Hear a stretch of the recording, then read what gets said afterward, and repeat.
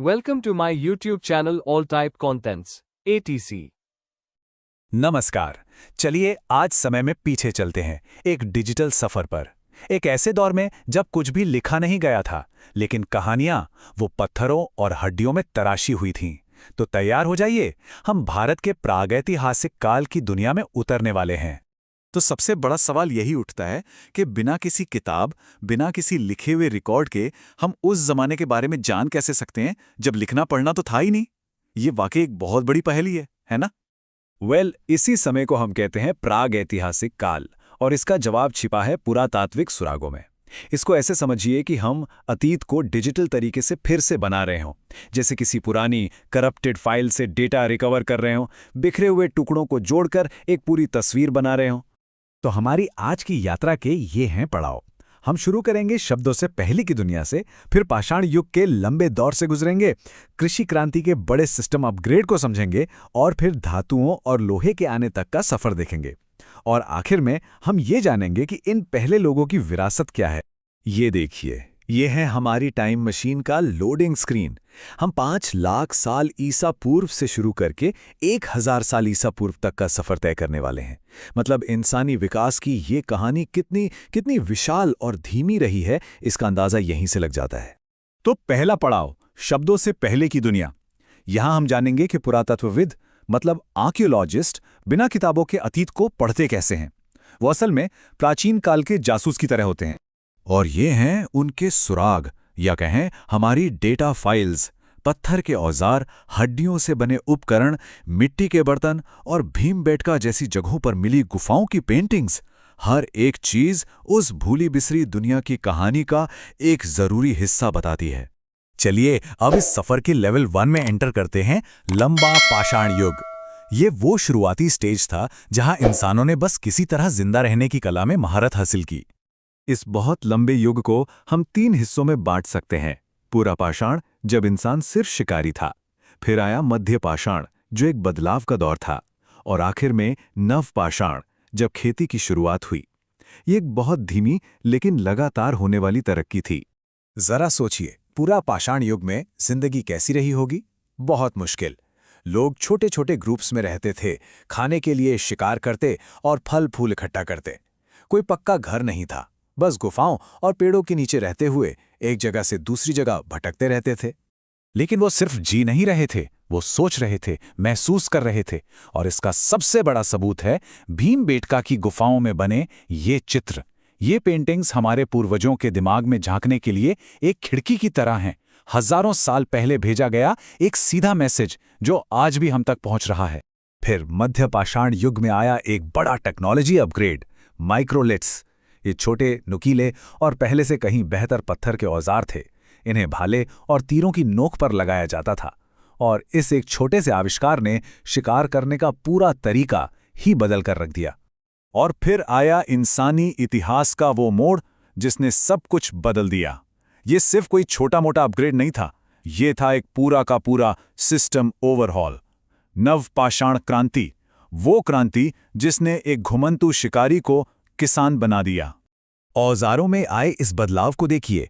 एक तरफ हैं पुरापाषाण काल के भारी भरकम खुरदुरे औजार, और दूसरी तरफ नवपाषाण काल के एकदम चिकने, पॉलिश किए हुए और ज्यादा कारगर औजार जैसे हसिया और कुल्हाड़ी।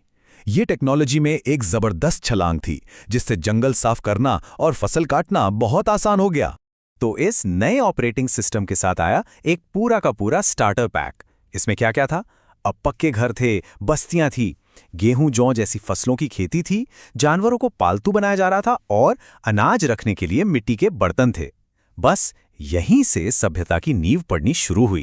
चलिए अब हम अपनी यात्रा के लेवल 2 में पहुंच गए हैं, यानी पहली धातुएं। यहां इंसानों ने एक बिल्कुल नया मटीरियल टेक ट्री अनलॉक किया, जिससे संभावनाओं की एक नई दुनिया ही खुल गई। ये दौर था ताम्रपाषाण युग का। ये एक मिला-जुला हाइब्रिड दौर था, जहां पुरानी टेक्नोलॉजी यानी पत्थर के औजारों के साथ साथ नई खोजी गई धातु तांबे का भी इस्तेमाल शुरू हो गया था।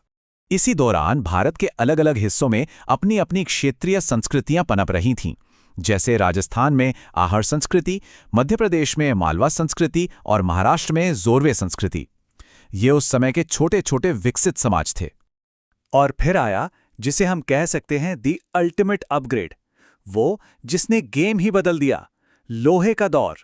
लगभग 1000 ईसा पूर्व के आसपास लोहे का इस्तेमाल शुरू हुआ। लोहा तांबे से कहीं ज्यादा मजबूत और आसानी से मिलने वाला था। इससे खेती के लिए बेहतर हल और औजार बने, जिससे पैदावार बढ़ी और इसी ने आगे चलकर बड़े बड़े राज्यों और साम्राज्यों की नींव रखी। तो अब हम अपनी इस लंबी यात्रा के आखिर में हैं और सवाल ये है कि इन पहले लोगों की विरासत क्या है? ये जो पूरा प्रागैतिहासिक सफर था ना, वो असल में हमारी आज की सभ्यता का ब्लूप्रिंट था, उसका सोर्स कोड था। तो इस पूरी कहानी को हम 3 आसान स्टेप्स में देख सकते हैं। पहला सर्वाइवल मोड, पत्थर के औजार और शिकार। दूसरा सेटलमेंट मोड, खेती और गांव। और तीसरा कॉम्प्लेक्सिटी मोड, धातुएं और उनसे बने जटिल समाज। अब जरा इस चार्ट को देखिए, ये टेक्नोलॉजिकल प्रोग्रेस की रफ्तार दिखाता है। पत्थर का युग लगभग 5 लाख साल तक चला, फिर तांबे का युग सिर्फ 1000 साल, और लोहा वो तो 8 तक चल रहा है। इससे पता चलता है कि समय के साथ तकनीकी बदलाव की रफ्तार कैसे तेजी से बढ़ती चली गई। तो सबसे बड़ी बात जो हमें याद रखनी है वो ये है कि आज की हमारी ये मॉडर्न सिविलाइजेशन, ये कोई एक दिन में नहीं बने। इसे बनने में 5 लाख से भी ज्यादा साल लगे। पहले पत्थर के औजार से लेकर पहले लोहे के हल तक हर एक छोटी बड़ी खोज ने हमें यहां तक पहुंचाया है। और जाते जाते एक सवाल, जैसे हमने पत्थर और हड्डियों से अतीत को समझा, वैसे ही आज से हजारों साल बाद भविष्य के आर्कियोलॉजिस्ट हमारे बारे में क्या जानेंगे? हमारी ये डिजिटल दुनिया अपने पीछे कौन से सुराग या डिजिटल आर्टिफैक्ट्स छोड़कर जाएगी? इस पर सोचिएगा जरूर। सिंधु घाटी सभ्यता, तो तैयार हो जाइए इस खोई हुई दुनिया के राज खोलने के लिए। यही वो सवाल है जो आज भी इतिहासकारों और आर्कियोलॉजिस्ट्स को सोचने पर मजबूर कर देता है। ये इतिहास का एक ऐसा अनसुलझा मामला है जिसके सुराग हर तरफ बिखरे पड़े हैं, और आज हम उन्हीं सुरागों को एक एक करके जोड़ेंगे और इस प्राचीन रहस्य की तह तक पहुंचने की कोशिश करेंगे। हमारी इस डिजिटल जांच में हम इन 5 मॉड्यूल से गुजरेंगे। समझिए, ये हमारे आज के सफर का एक रोड मैप है। तो कहानी शुरू करते हैं पहले सुराग से। बात है 1920 के दशक की, जब पुरातत्वविदों को अचानक इस गुमशुदा दुनिया की पहली झलक मिली। और इसका फैलाव, आप यकीन नहीं करेंगे, ये अविश्वसनीय था। आज के भारत और पाकिस्तान के एक बहुत बड़े हिस्से में फैला हुआ एक पूरा का पूरा साम्राज्य। ये 2 खोजें, ये इस बहुत बड़ी पहेली के पहले 2 टुकड़े थे। बस इन्हीं 2 खोजों ने सिंधु घाटी सभ्यता को दुनिया के नक्शे पर ला खड़ा किया, और यहीं से एक ऐसी कहानी शुरू हुई जो आज भी हमें अपनी ओर खींचती है। और पता है इन शुरुआती सुरागों ने किस चीज का खुलासा किया? एक ऐसी चीज का जो बिल्कुल हैरान करने वाली थी। उनकी शहरी योजना, जो अविश्वसनीय रूप से आधुनिक थी। सच कहूं तो ये किसी भविष्य के शहर का ब्लूप्रिंट जैसा लगता है। और उनका हर शहर की अपनी एक खास पहचान थी। जैसे मोहनजोदड़ो में विशाल स्नानागार था, तो वहीं लोथल में एक पूरा का पूरा डॉकयार्ड मिला, जो उनके समुद्री व्यापार का पक्का सबूत था। इससे पता चलता है कि ये सभ्यता कितनी कॉम्प्लेक्स और कितनी ऑर्गेनाइज थी। उनके हर शहर में कुछ बातें कॉमन थीं जो उन्हें अपने समय से सदियों आगे ले जाती थीं। सड़कें एक दूसरे को 90 डिग्री पर काटती थीं, मतलब परफेक्ट ग्रिड पैटर्न। ईंटों का साइज तक पूरे साम्राज्य में एक जैसा था। और उनकी ड्रेनेज व्यवस्था, अरे वो तो आज के शहरों के लिए भी एक मिसाल है, कमाल है। आमतौर पर शहर 2 हिस्सों में बटा होता था। एक था ऊंचाई पर बना दुर्ग और दूसरा था बड़ा सा निचला नगर। ये सीधे सीधे उनके सामाजिक संगठन की तरफ इशारा करता है, जहां शायद शासक वर्ग या फिर जरूरी पब्लिक बिल्डिंग्स ऊंचे दुर्ग में होती होंगी। चलिए अब इस शहर के ब्लूप्रिंट से जरा जूम इन करते हैं और देखते हैं कि इन घरों और गलियों में रहने वाले लोग असल में थे कैसे। उनकी संस्कृति, उनके विश्वास, उनका रोजमर्रा का जीवन आखिर कैसा था।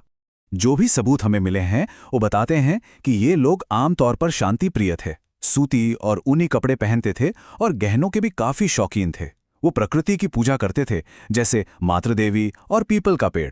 पर सबसे हैरानी की बात यह है कि मिस्र या मेसोपोटामिया की तरह यहाँ कोई भी विशाल मंदिर नहीं मिले हैं। और कारीगर, क्या कमाल के कारीगर थे वो लोग। चन्नू हुदड़ो जैसे शहर तो समझे कि मन के बनाने की फैक्ट्री हुआ करते थे। वे तांबे और कांसे से औजार और मूर्तियां बनाते थे, और उनकी सलखड़ी से बनी मोहरें, वो तो आज भी कला का एक बेजोड़ नमूना मानी जाती हैं। अच्छा, अब सवाल ये उठता है कि इतनी बड़ी और इतनी समृद्ध सभ्यता को चलाने वाला इंजन क्या था, मतलब उन्हें ऊर्जा कहाँ से मिलती थी। आइए अब उनके आर्थिक इंजन को डिकोड करते हैं। देखिए, उनकी अर्थव्यवस्था के 4 मजबूत स्तंभ थे। सबसे बड़ा आधार थी खेती यानी एग्रीकल्चर। उसके बाद आता था व्यापार, फिर शिल्पकारी और पशुपालन। कुल मिलाकर एक बेहद बैलेंस्ड और मजबूत इकोनॉमिक सिस्टम। और ये उनकी इनोवेशन का एक शानदार उदाहरण है। सिंधु घाटी के लोग दुनिया में सबसे पहले कपास उगाने वाले लोग थे। ये पूरी दुनिया को उनकी एक बहुत बड़ी देन है। उनका व्यापार इतना सफल क्यों था? इसका एक बहुत बड़ा राज था मानकीकरण। मतलब हर चीज का एक स्टैंडर्ड तय था। उन्होंने वजन और माप की एक स्टैंडर्ड प्रणाली बना रखी थी। इसी वजह से मेसोपोटामिया जैसे दूर दराज के इलाकों से भी व्यापार करना उनके लिए बहुत आसान और भरोसेमंद था। और अब हम आते हैं अपने आखिरी और सबसे गहरे रहस्य पर, उनकी लिपि जो आज तक पढ़ी नहीं जा सकी, और उनका वो रहस्यमयी अंत। ये हमारे डिजिटल रिकंस्ट्रक्शन का वो हिस्सा है जहां सबूत धुंधले पड़ जाते हैं। कह सकते हैं कि डेटा करप्ट हो जाता है। उनकी अपनी एक लिखने की कला थी जिसमें सैकड़ों चित्र जैसे निशान थे। हम ये तो जानते हैं कि ये दाएं से बाएं लिखी जाती थी, पर आज तक कोई इसे पढ़ नहीं पाया है। जरा सोचिए, उनकी मोहरों और बर्तनों पर लिखी वो कहानियां क्या राज छिपाए बैठी होंगी। यही है वो आखिरी सवाल।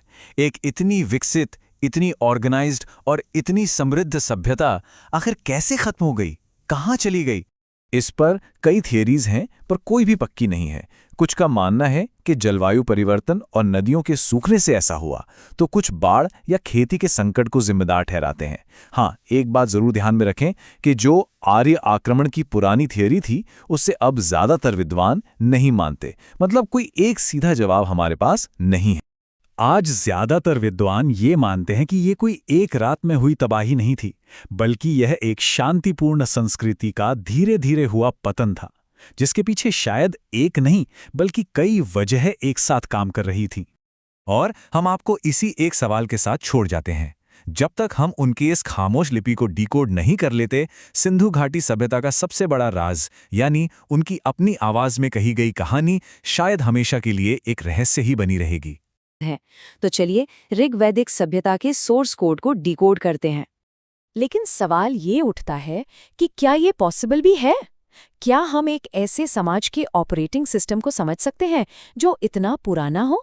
जवाब है हाँ, बिल्कुल समझ सकते हैं। बस हमारे पास उसका सोर्स कोड होना चाहिए। और वो सोर्स कोड है ऋग्वेद। देखिए, ये सिर्फ कोई पूजा पाठ की किताब नहीं है।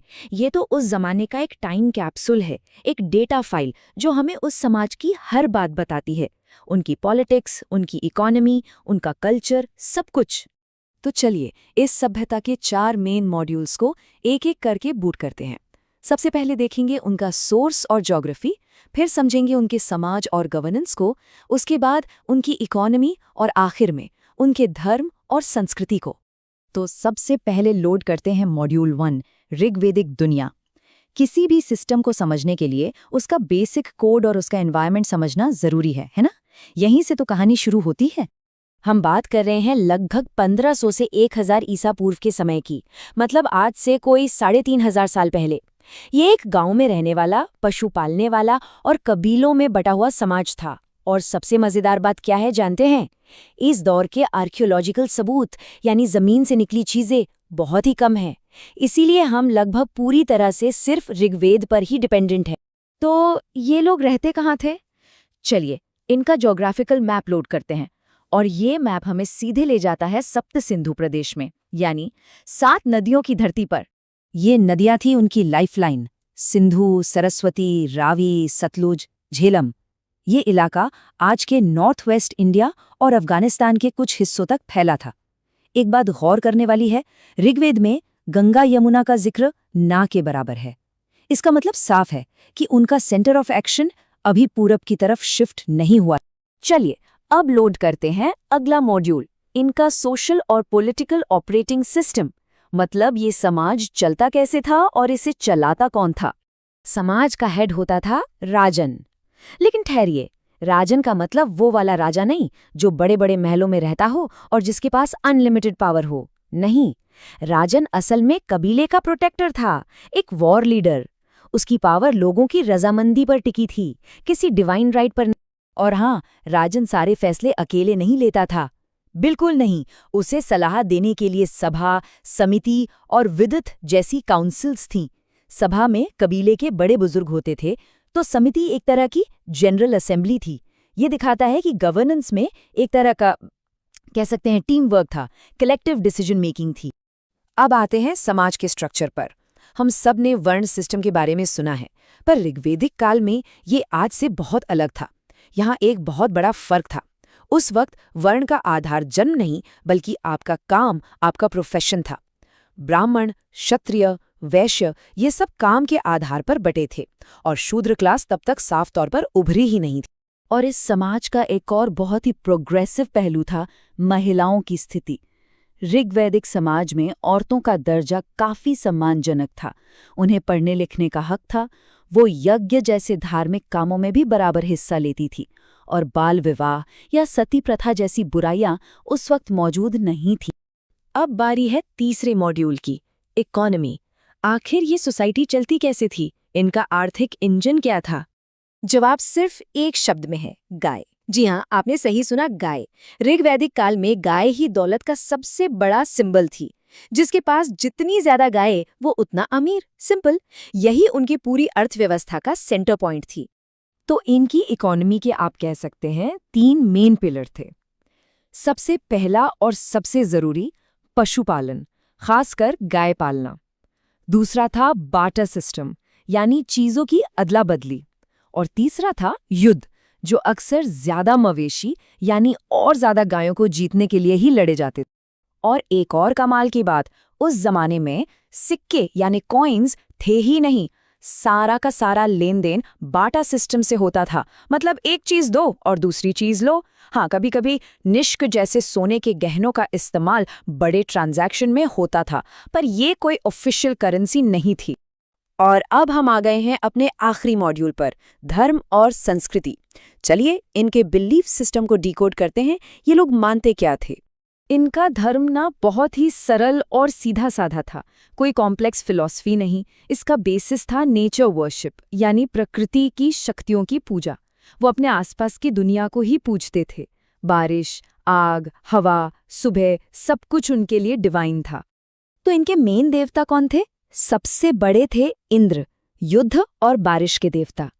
फिर थे अग्नि, जो आग के देवता थे और यज्ञ के जरिए इंसानों का संदेश देवताओं तक पहुंचाते थे।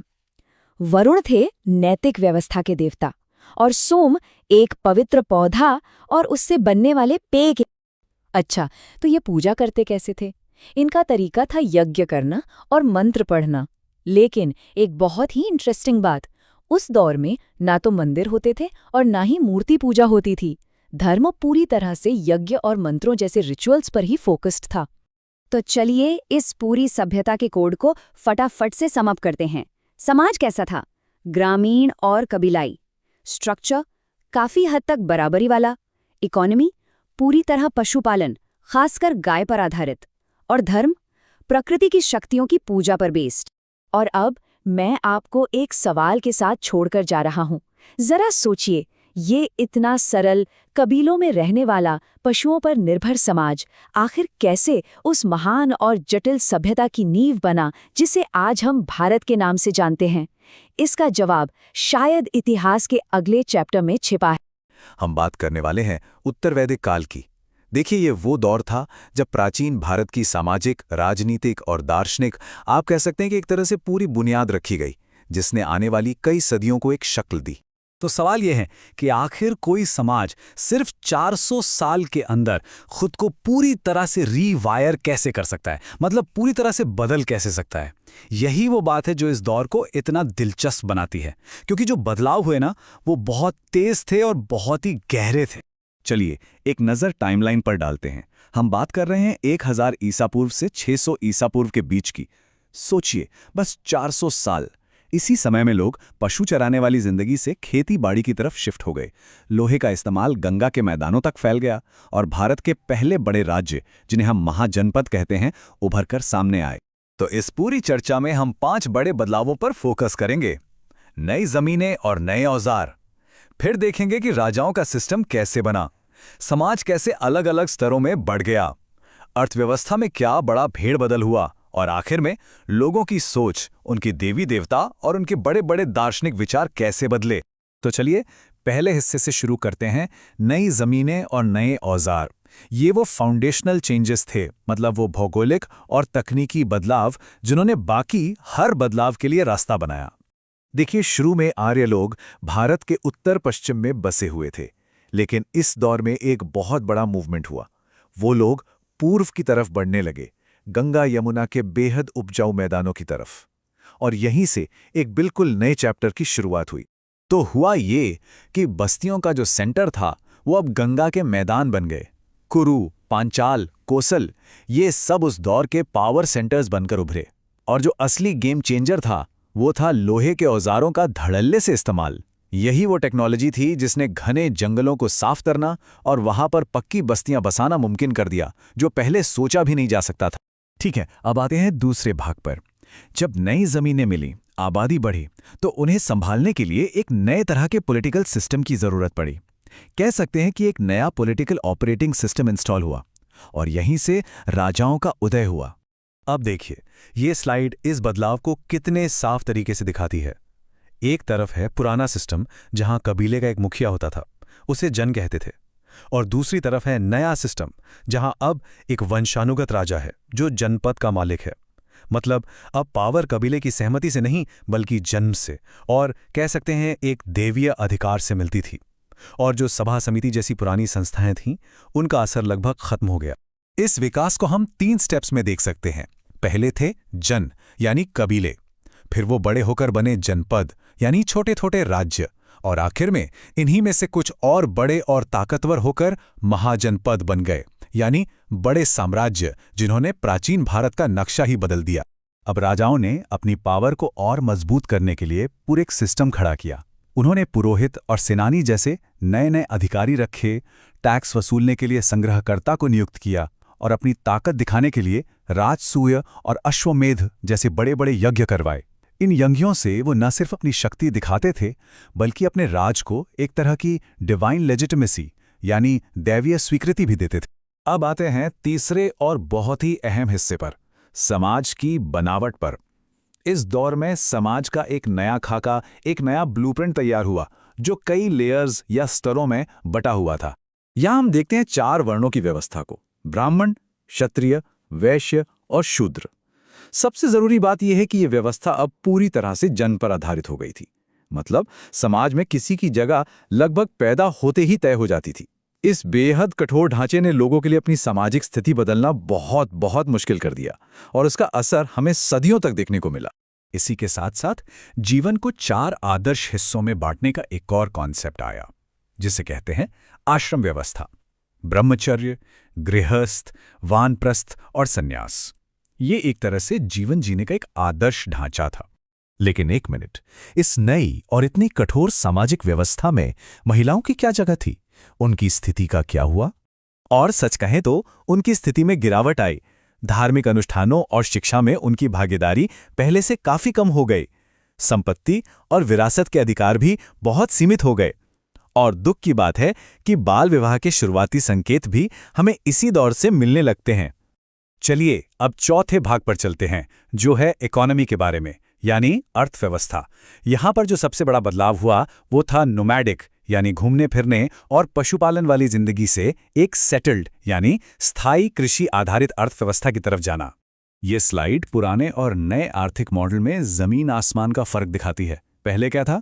गाय बैल ही सबसे बड़ी दौलत थे। अब स्थायी खेती सबसे जरूरी हो गई। लोग अब घूमना छोड़कर पक्के गांवों में बसने लगे, और बलि, जो पहले अपनी मर्जी से दिया जाने वाला एक तोहफा था, अब भाग के रूप में एक मैंडेटरी टैक्स यानी अनिवार्य कर बन गया। इसी टैक्स से राज्यों को आर्थिक मजबूती मिली। तो इस नई इकोनॉमी का इंजन क्या था? वो था लोहे का हल, जिसका बड़े पैमाने पर इस्तेमाल हो रहा था। चावल, गेहूं और जौ जैसी फसलें उगाई जाने लगी। एक प्रॉपर टैक्स सिस्टम बन गया था, और देश के अंदर ही व्यापार भी काफी फैलने लगा था। और अब हम आ गए हैं अपने आखिरी हिस्से पर, धर्म, कर्मकांड और बड़े बड़े नए विचार। इस दौर में लोगों की धार्मिक मान्यताओं और सोच में भी एक तरह का कह सकते हैं स्पिरिचुअल रीबूट हुआ। ये स्लाइड मजेदार तरीके से दिखाती है कि देवताओं की रैंकिंग कैसे बदल गई। इंद्र जैसे जो पुराने बड़े देवता थे, उनकी अहमियत थोड़ी कम हो गई और उनकी जगह प्रजापति, विष्णु और रुद्र जैसे नए देवता ज्यादा महत्वपूर्ण हो गए। ये दिखाता है कि समाज की प्राथमिकताएं और जरूरतें बदल रही थीं। पर इस दौर की जो सबसे गहरी और दार्शनिक देन थी, वो उपनिषदों में मिलती है। यहाँ पर फोकस बाहरी यज्ञों और कर्मकांडों से हटकर अंदर के ज्ञान और चिंतन पर आ गया। ब्रह्म का कॉन्सेप्ट सामने आया, मतलब वो एक परम शक्ति जो इस पूरे ब्रह्मांड के पीछे है। और जीवन का लक्ष्य ये बन गया कि कैसे अपनी आत्मा यानी आत्मन का उस ब्रह्म से कनेक्शन समझा जाए। ये सोच में एक बहुत बड़ी क्रांति थी। तो चलिए फटाफट से सब कुछ समेटते हैं। क्या हैं इस दौर की सबसे बड़ी बातें? पहली, लोहे की तकनीक। ये वो चिंगारी थी जिसने विस्तार और खेती को हवा दी। दूसरी, राजाओं का सिस्टम जो अब खानदानी हो गया था।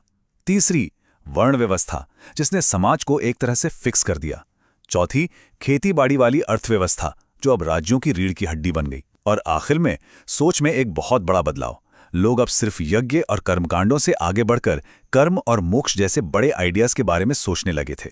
और आखिर में एक सवाल जिस पर हम सब सोच सकते हैं, ये जो सामाजिक, राजनीतिक और दार्शनिक सिस्टम आज से लगभग 3000 साल पहले बने, वो आज भी हमारी दुनिया को किस तरह से प्रभावित कर रहे हैं? यही इस दौर की वो स्थायी विरासत है जिसे समझना बहुत जरूरी है। आज हम एक ऐसे प्राचीन भारतीय दर्शन को समझने की कोशिश करेंगे जिसका सिर्फ एक सिद्धांत आज की दुनिया को पूरी तरह बदल सकता है। जी हाँ, हम बात कर रहे हैं जैन धर्म की और उसके अहिंसा के मार्ग की। तो इस सफर में हम क्या-क्या देखने वाले हैं? सबसे पहले हम समझेंगे कि इसका सबसे बड़ा, सबसे जरूरी सिद्धांत क्या है। फिर हम चलेंगे विजेता यानी महावीर के जीवन में। उसके बाद हम देखेंगे कि मोक्ष का रास्ता क्या है, जैन समुदाय कैसे बना और उसमें विभाजन क्यों हुआ, और आखिर में इसकी विरासत आज भी इतनी मायने क्यों रखती है। तो चलिए शुरू करते हैं। तो चलिए सबसे पहले बात करते हैं उस एक विचार की जो जैन दर्शन का एकदम केंद्र है। मतलब अगर ये नहीं समझा तो कुछ नहीं समझा। और वो एक शब्द है अहिंसा। इसका मतलब सिर्फ हिंसा न करना नहीं है, बल्कि किसी भी जीव को मन, वचन या कर्म से कोई भी हानि न पहुंचाना। ये कोई साधारण नियम नहीं है, ये वो बुनियाद है जिस पर जैन धर्म का पूरा ढांचा खड़ा है। तो फिर जैन धर्म असल में है क्या? देखिए, ये भारत की बहुत ही प्राचीन श्रमण परंपरा से निकला एक धर्म है और इसका पूरा फोकस, पूरा जोर सिर्फ 3 चीजों पर है: अहिंसा, तपस्या और आत्मसंयम। और इन तीनों के जरिए पहुंचना कहाँ है? मोक्ष तक, यानी जन्म मरण के इस चक्कर से हमेशा के लिए आजादी। अब इस रास्ते पर चलने का सबसे बड़ा और सबसे जबरदस्त उदाहरण हमें मिलता है महावीर के जीवन में, जिन्हें हम जैन धर्म के ऐतिहासिक संस्थापक के रूप में जानते हैं। महावीर का जीवन, सच कहूं तो त्याग की एक हैरान कर देने वाली कहानी है। जरा सोचिए, साल है 540 ईसा पूर्व। एक राजकुमार है, नाम है वर्धमान। 30 साल की उम्र में वो अपना राजपाट, महल, सब कुछ छोड़ देते हैं और फिर अगले 12 सालों तक वो इतनी कठोर तपस्या और ध्यान करते हैं जिसकी हम कल्पना भी नहीं कर सकते। और इसी के बाद उन्हें मिलता है कैवल्य यानी परम ज्ञान, और आखिर में 468 ईसा पूर्व में पावापुरी में वो निर्वाण प्राप्त करते हैं। और यहीं से एक बहुत ही दिलचस्प शब्द सामने आता है, जिन। इसका मतलब होता है विजेता। पर ये किसी युद्ध के विजेता नहीं थे, ये असली विजेता थे, क्योंकि महावीर ने अपनी इंद्रियों पर, अपनी इच्छाओं पर पूरी तरह से जीत हासिल कर ली थी। और आपको पता है, इसी जिन शब्द से बना है जैन, यानी जिन के अनुयायी। तो सवाल ये उठता है कि जिन बनने के बाद महावीर ने बाकी लोगों को मुक्ति पाने का क्या रास्ता दिखाया? खैर, उन्होंने कुछ बहुत ही साफ और प्रैक्टिकल शिक्षाएं दी। देखिए, जैन आचरण की पूरी बुनियाद टिकी है 5 महाव्रतों पर। सबसे पहला और सबसे जरूरी, जाहिर है, अहिंसा।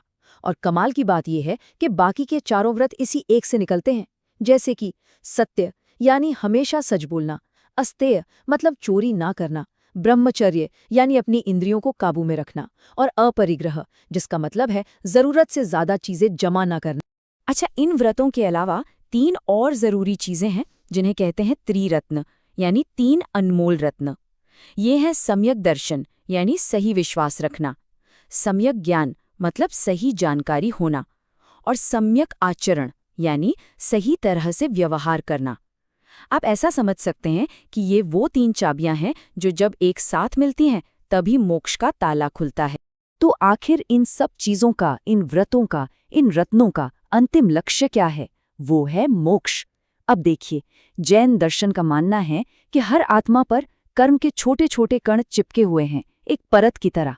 और मोक्ष का मतलब है अपनी मेहनत से, अपनी साधना से इन सभी कर्म कणों को आत्मा से साफ कर देना। और सबसे हैरान करने वाली बात, इस पूरे प्रोसेस में किसी बनाने वाले भगवान, किसी क्रिएटर गॉड की कोई भूमिका नहीं है। मुक्ति पाना या ना पाना, ये पूरी तरह से इंसान के अपने हाथ में है। लेकिन ये रास्ता सिर्फ अकेले तय करने वाला नहीं था। महावीर ने एक पूरा समुदाय, एक संघ बनाया। तो चलिए अब देखते हैं कि ये संघ कैसा था और वक्त के साथ इसमें क्या-क्या बदलाव आए। तो ये जो जैन समुदाय है, इसे संघ कहते हैं, और इसके आप कह सकते हैं 4 मजबूत स्तंभ हैं। 2 तो हैं सन्यासी यानी भिक्षु और भिक्षुणी, जिन्हें हम साधु साध्वी भी कहते हैं, और 2 हैं गृहस्थ यानी श्रावक और श्राविका, जो आम जीवन जीते हैं। और इसमें सन्यासी हो या गृहस्थ, दोनों की अपनी अपनी बहुत जरूरी भूमिका है। लेकिन फिर समय के साथ एक बड़ी घटना हुई। मगध में एक बहुत भयानक अकाल पड़ा, और इसी घटना के बाद जैन धर्म 2 हिस्सों में बंट गया, दिगंबर और श्वेतांबर। अब इनमें फर्क क्या है? सबसे बड़ा और साफ दिखने वाला फर्क है पहनावे का। दिगंबर साधु कोई वस्त्र नहीं पहनते, जबकि श्वेतांबर साधु सफेद कपड़े पहनते हैं। इसके अलावा भी कुछ और बातों पर इनके विचार अलग हैं, जैसे कि क्या महिलाएं मोक्ष पा सकती हैं और कौन से धर्मग्रंथ असली हैं। तो अब हम हजारों साल आगे आ चुके हैं। सवाल ये है कि इस प्राचीन दर्शन का आज क्या असर बाकी है। चलिए अब जैन धर्म की उस स्थायी विरासत को देखते हैं, वो छाप जो इसने भारतीय समाज और सोच पर छोड़ी है। तो अगर हमें जैन धर्म को कुछ पॉइंट्स में समेटना हो तो वो क्या होंगे? पहली बात, अहिंसा ही सबसे ऊपर है। दूसरी, हर इंसान अपने कर्मों के लिए खुद जिम्मेदार है। तीसरी, तपस्या का बहुत महत्व है। और चौथी, किसी बनाने वाले ईश्वर की कोई जरूरत नहीं है। इन्हीं सीधी और स्पष्ट बातों की वजह से ये व्यापारी वर्ग में बहुत लोकप्रिय हुआ, और इसे चंद्रगुप्त मौर्य जैसे महान शासकों का भी साथ मिला। तो कुल मिलाकर जैन धर्म ने भारतीय दर्शन को नैतिकता, आत्मसंयम और सबसे बढ़कर संपूर्ण अहिंसा की एक बेहद शक्तिशाली परंपरा दी। और जानते हैं, यहीं आकर ये हजारों साल पुराना दर्शन आज हमारे लिए एकदम रेलेवेंट हो जाता है। सोचिए, आज की दुनिया जो लड़ाइयों और संघर्षों से भरी पड़ी है, उसमें हम एक ऐसे दर्शन से क्या सीख सकते हैं जिसकी बुनियाद ही संपूर्ण अहिंसा पर रखी है? ये एक ऐसा सवाल है जिस पर हम सबको सोचना चाहिए। कभी सोचा है कि जीवन में जो दुख और परेशानियां हैं, क्या उनसे हमेशा के लिए छुटकारा पाया जा सकता है? आज हम एक ऐसे ही दर्शन की गहराई में उतरने वाले हैं जिसने सदियों से इसी एक सवाल का जवाब देने की कोशिश की है। तो चलिए बौद्ध धर्म के दिल में झांकते हैं और उसके रास्तों को समझते हैं। यही वो एक सवाल था जिसने एक राजकुमार को महल के सारे ऐशो आराम छोड़कर सच की तलाश में भटकने पर मजबूर कर दिया। और मजे की बात देखिए, इसी एक सवाल ने एक पूरे दर्शन की नींव रख दी। तो आखिर कौन थे वो जिन्होंने इस इतने गहरे सवाल का जवाब ढूंढ निकाला? वो थे सिद्धार्थ गौतम, जिन्हें बाद में पूरी दुनिया ने बुद्ध के नाम से जाना। जरा सोचिए, एक राजकुमार जो महलों के हर सुख में पला बढ़ा हो, वो 29 साल की उम्र में सच की खोज के लिए सब कुछ छोड़ देता है। 6 साल की कड़ी तपस्या के बाद बोध गया में एक पीपल के पेड़ के नीचे उन्हें मिला वो परम ज्ञान, और उसी पल वो सिद्धार्थ से बुद्ध बन गए, मतलब जिसे ज्ञान मिल गया हो। उनकी ये यात्रा हमें एक सीधी सी बात सिखाती है कि असली शांति बाहर की दुनिया में नहीं, बल्कि अपने भीतर की खोज से ही मिलती है। तो ज्ञान मिलने के बाद बुद्ध ने क्या किया? उन्होंने उस ज्ञान को सिर्फ अपने तक नहीं रखा, बल्कि दुनिया को दुखों से बाहर निकलने का एक बिल्कुल साफ और प्रैक्टिकल रास्ता दिखाया। और पता है, यही बात बौद्ध धर्म को बहुत खास बनाती है। ये सिर्फ समस्या नहीं बताता, उसका एक पक्का समाधान भी देता है। अब ये कमाल का है, बुद्ध ने अपनी टीचिंग्स को एक डॉक्टर के पर्चे की तरह पेश किया। पहला, उन्होंने बीमारी बताई कि देखो, जीवन में दुख है, ये एक सच्चाई है। दूसरा, बीमारी का कारण बताया, ये दुख हमारी कभी ना खत्म होने वाली इच्छाओं यानी तृष्णा से पैदा होता है। तीसरा, उन्होंने उम्मीद दी कि भाई इस बीमारी का इलाज मुमकिन है। और चौथा, उन्होंने वो इलाज बताया कि करना क्या है। और वो इलाज क्या था? वो था ये अष्टांगिक मार्ग। ये कोई मुश्किल फिलॉसफी नहीं, बल्कि रोजमर्रा की जिंदगी जीने के 8 प्रैक्टिकल स्टेप्स हैं। इसमें सही सोच और इरादे से लेके सही बोलचाल, सही काम और सही तरीके से ध्यान लगाना तक शामिल है।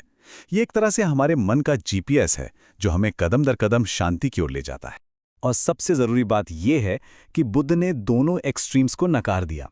देखिए, उन्होंने एक राजकुमार की तरह हद से ज्यादा ऐशो आराम भी देखा था और एक तपस्वी बनकर शरीर को सुखा देने वाली तपस्या भी की थी। उन्होंने पाया कि सच्चा रास्ता इन दोनों के बीच से निकलता है, और वही है मध्यम मार्ग। ना तो बहुत ज्यादा भोग विलास और ना ही खुद को बहुत ज्यादा कष्ट देना, बैलेंस। तो इस रास्ते का आखिरी पड़ाव, मतलब मंजिल क्या है? वो है निर्वाण। और ये समझना बहुत जरूरी है कि निर्वाण कोई स्वर्ग या जन्नत जैसी जगह नहीं है, बल्कि ये मन की वो अवस्था है जहां इच्छा, नफरत और अज्ञानता की आग पूरी तरह बुझ जाती है। ये परम शांति और आज़ादी का एहसास है। अच्छा, एक व्यक्ति के ज्ञान से शुरू हुआ ये दर्शन एक ऑर्गेनाइज्ड इंस्टीट्यूशन कैसे बन गया? वो क्या सिस्टम था जिसने इन टीचिंग्स को हजारों साल तक जिंदा रखा? चलिए देखते हैं। इसका पूरा श्रेय जाता है संघ को। बुद्ध ने भिक्षुओं, भिक्षुणियों और आम लोगों की एक कम्युनिटी बनाई। ये एक बहुत ही डिसिप्लिन्ड और डेमोक्रेटिक संस्था थी, जिसका एक ही मकसद था धम्म, यानी बुद्ध की शिक्षाओं पर चलना और उन्हें आगे बढ़ाना। अब जैसे जैसे वक्त आगे बढ़ा, बुद्ध की शिक्षाओं की अलग अलग तरह से व्याख्या की गई। इससे मुख्य रूप से 3 बड़ी शाखाएं बनी। हीनयान, जो बुद्ध को एक महान गुरु मानता है, महायान, जो उन्हें ईश्वर जैसा दर्जा देता है, और वज्रयान, जिसमें मंत्रों और तंत्रों का भी इस्तेमाल होता है। तो सवाल ये उठता है कि ये दर्शन भारत के कुछ हिस्सों से निकलकर एक विश्व धर्म आखिर बना कैसे? इसका जवाब 2 चीजों में छिपा है: बौद्ध परिषदें और शाही संरक्षण। बुद्ध के महापरिनिर्वाण के बाद, मतलब जब उन्होंने अपना शरीर त्यागा, तो उनकी शिक्षाओं को सहेजने के लिए 4 बड़ी सभाएं यानी काउंसिल्स बुलाई गईं। इन्हीं परिषदों ने बुद्ध की सारी बातों को इकट्ठा करके त्रिपिटक का रूप दिया, जिसका मतलब है ज्ञान के 3 पिटारे, और इसी से बौद्ध धर्म के ग्रंथ तय हुए। लेकिन एक इंसान ने इस दर्शन का नक्शा ही बदल दिया, और वो थे सम्राट अशोक। कलिंग के भयानक युद्ध में हुए खून खराबे ने उनका दिल पूरी तरह बदल दिया। उन्होंने हिंसा का रास्ता छोड़कर बुद्ध का अहिंसा का मार्ग अपनाया, और फिर अपनी पूरी ताकत लगा दी बौद्ध धर्म को न सिर्फ भारत बल्कि दुनिया भर में फैलाने में।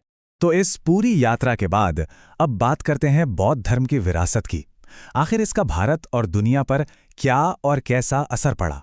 पर यह एक विडंबना ही है कि जिस धरती पर बौद्ध धर्म का जन्म हुआ, वक्त के साथ वहीं पर इसका प्रभाव कम होता चला गया। इसके पीछे कई वजहें थीं, जैसे फिलॉसफी का बहुत ज्यादा कॉम्प्लेक्स हो जाना, ब्राह्मण धर्म का फिर से मजबूत होना और राजाओं का समर्थन मिलना बंद हो जाना। भले ही भारत में बौद्ध धर्म का प्रभाव कम हुआ हो, लेकिन इसका योगदान हमेशा के लिए अमर हो गया। इस दर्शन ने भारतीय समाज को करुणा, अहिंसा और नैतिकता की एक ऐसी मजबूत नींव दी है जिसकी गूंज आज भी सुनाई देती है। और आखिर में हम आपको इसी एक सवाल के साथ छोड़ जाते हैं। आज की इस भागदौड़ भरी दुनिया में, जहां हर कोई एक्सट्रीम्स की तरफ भाग रहा है, कोई बहुत ज्यादा काम तो कोई बिल्कुल आराम, ऐसे में बुद्ध का ये मध्यम मार्ग का सिद्धांत कितना मायने रखता है, इस पर सोचना तो बनता है। आज बात करते हैं भारतीय इतिहास के एक ऐसे दौर की, एक ऐसा मोड़ जिसे हम कह सकते हैं भारत का पहला बड़ा सिस्टम अपग्रेड। जी हां, ये कहानी है महाजनपदों के उदय की। तो चलिए जरा समय में पीछे चलते हैं, लगभग 6ठी शताब्दी ईसा पूर्व। सोचिए, भारत एक जबरदस्त रीबूट के दौर से गुजर रहा है। जो सदियों पुराने कबीलाई समाज थे ना, वो अब धीरे धीरे ऑर्गेनाइज स्टेट्स यानी राज्यों में बदल रहे थे। तो जाहिर है सबसे बड़ा सवाल यही था कि भाई, इस नए दौर को, इस नए सिस्टम को कंट्रोल कौन करेगा? अब इस नए युग को शेप देने के लिए मैदान में 2 बड़े दावेदार थे। एक तरफ थे गणराज्य और दूसरी तरफ राजतंत्र। और देखिए, ये सिर्फ 2 पॉलिटिकल सिस्टम्स नहीं थे, ये समाज को चलाने के 2 बिल्कुल अलग अलग, मतलब एकदम जुदा ब्लूप्रिंट्स थे। तो इसे ऐसे समझिए कि उस समय 2 बिल्कुल अलग पॉलिटिकल ऑपरेटिंग सिस्टम आपस में कंपीट कर रहे थे। एक तरफ थे गणराज्य, जिन्हें गणसंघ भी कहते थे। यहां पावर कुछ खास इलीट क्षत्रिय कुलों के हाथ में थी और सारे बड़े फैसले एक असेंबली में मिलकर लिए जाते थे। वहीं दूसरी तरफ थे राजतंत्र, जहां एक राजा होता था जिसकी गद्दी उसके बेटे को मिलती थी, उसके पास अपनी एक स्टैंडिंग आर्मी होती थी और उसका एक ही मकसद था, अपने राज्य को फैलाना। और कंट्रोल की इस जबरदस्त टक्कर में हुआ ये कि राजतंत्र ज्यादा पावरफुल और डोमिनेंट सिस्टम साबित हुए। क्यों? क्योंकि उनकी सेंट्रलाइज्ड पावर और तेजी से फैसले लेने की जो काबिलियत थी ना, उसने उन्हें एक क्लियर एज दे दिया। तो इस बड़े रीबूट का नतीजा क्या निकला? नतीजा ये हुआ कि पूरे भारतीय उपमहाद्वीप में 16 बड़े राज्य उभर कर सामने आए। इन्हीं को हम महाजनपद कहते हैं। और ये सब मतलब काशी, कोसल, अवंती, मगध, ये सब के सब टॉप पर आने के लिए एक दूसरे से होड़ में लगे थे। लेकिन इन 16 महाजनपदों में से एक ऐसा था जो रेस में सबसे आगे निकल गया, एक असली विनर। और वही है हमारी कहानी का मेन कैरेक्टर, मगध का साम्राज्य, जो अल्टीमेट पावर बनकर उभरा। तो सवाल ये है कि मगध इतना पावरफुल बना कैसे? देखिए, सबसे पहले तो उसके पास जबरदस्त ज्योग्राफिकल हार्डवेयर था। मतलब गंगा और सोन जैसी नदियां, ये एक तरह से नेचुरल हाईवे थीं ट्रेड और ट्रांसपोर्ट के लिए। फिर वहां के उपजाऊ मैदान, जिनसे इतना अनाज पैदा होता था कि एक बहुत बड़ी सेना को खिलाना पिलाना आसान था। अब सेना है तो हथियार भी चाहिए, और वो मिले पास के लोहे के भंडारों से। और हाँ, उनका एक सीक्रेट वेपन भी था, जंगल के हाथी, जो समझ लीजिए उस जमाने के पहले टैंक थे। और इन सबको सेफ रखती थी राजगृह और पाटलिपुत्र जैसी किलेबंद राजधानियां। अब देखिए, बेहतरीन हार्डवेयर तो था, लेकिन बिना पावरफुल सॉफ्टवेयर के वो अधूरा था। और मगध को मिले कुछ जबरदस्त सॉफ्टवेयर अपडेट्स। सबसे पहले हर्यंग वंश के राजा बिंबिसार ने एक डिप्लोमेसी मॉड्यूल इंस्टॉल किया। उन्होंने शादियों के जरिए गठबंधन बनाए और अंग जैसे राज्यों को अपने साम्राज्य में मिला लिया। फिर आए उनके बेटे अजातशत्रु, और उन्होंने एक अग्रेसिव अपडेट चलाया। उन्होंने रथ मुसल जैसे खतरनाक रथ, सोचिए, रथ के पहियों में घूमती हुई तलवारें, और महाशिलाकंटक जैसे बड़े बड़े पत्थर फेंकने वाले कैटapults का इस्तेमाल किया, और वज्जी और काशी जैसे मजबूत दुश्मनों को भी हरा दिया। और ये सिलसिला यहीं नहीं रुका। इसके बाद जो राजवंश आए, जैसे शिशुनाग और फिर नंदवंश, उन्होंने भी इस विस्तार को जारी रखा। उन्होंने एक बहुत बड़ा सेंट्रलाइज्ड राज्य बना दिया, जिसकी अपनी एक विशाल स्टैंडिंग आर्मी थी। मतलब उस जमाने की एक असली सुपर पावर। लेकिन कहानी सिर्फ लड़ाइयों और राजाओं की नहीं है। इस पॉलिटिकल कंसोलिडेशन का असर बहुत गहरा था। इसने पूरे समाज और अर्थव्यवस्था को ही बदल डाला, जिससे एक नया, एक तरह का नेटवर्क वाला समाज बन रहा था। तो ये नई इकोनॉमी चल कैसे रही थी?